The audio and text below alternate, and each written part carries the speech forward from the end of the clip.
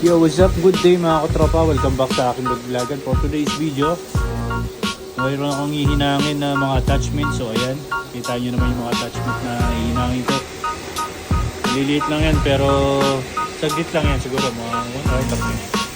1 hour to 2 hours sabihin natin kasi medyo marami. Ito lang. So lalagyan ko sana ng ceramic. Ito yung ceramic. Sa kasamang pala dahil malamig yung bakal. Sobrang malamig na yun kasi -3. Ay, dumikit ng ceramic. So, manuano na lang. Titry natin ito ng routing muna. Ito, 5 to 6 mm ang gap. Same, 5 to 6 mm. Itong kabila medyo malaki. Yan. 8 to 10 mm yung kabila. Grabe yung mga Peter namin dito. Yung Ukraine ng Peter namin. So, wala sa ayos mag-shabas. Pero mababait naman sila. Saka nyo ako guys. Tara, hinangin na natin ito. Yun ang amperahe ko pala rito ay 100. 100.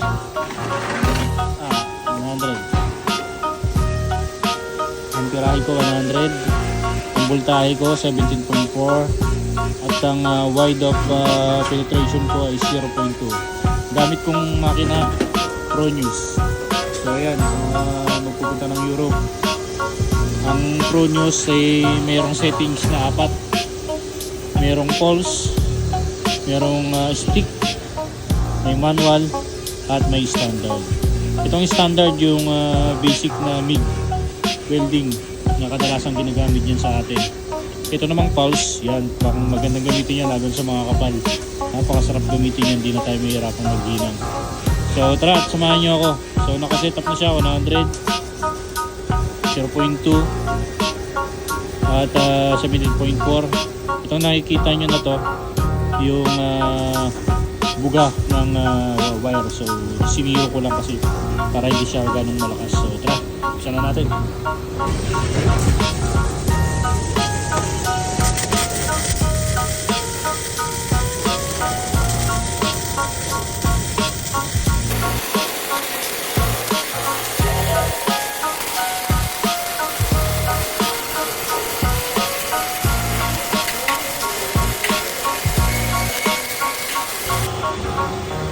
So ayan guys, tapos ko na rin routingan ano.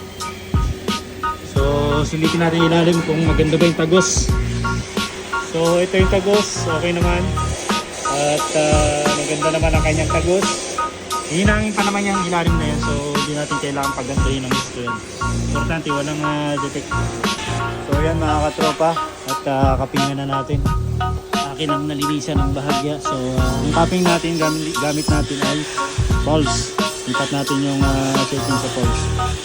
So ang cupping ko dyan, ang pirahe ko 200.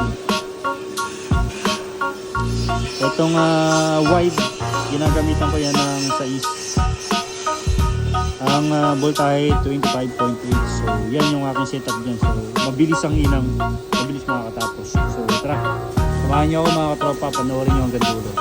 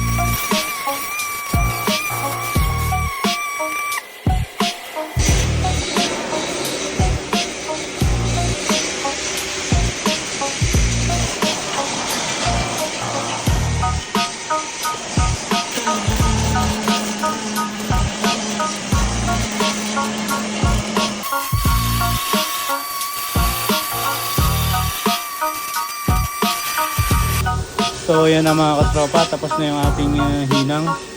Yan, malapad yung hinang ko. Yan ang purpose nung settings ko na ng buses. Lapad yan. Yan. Ito isa.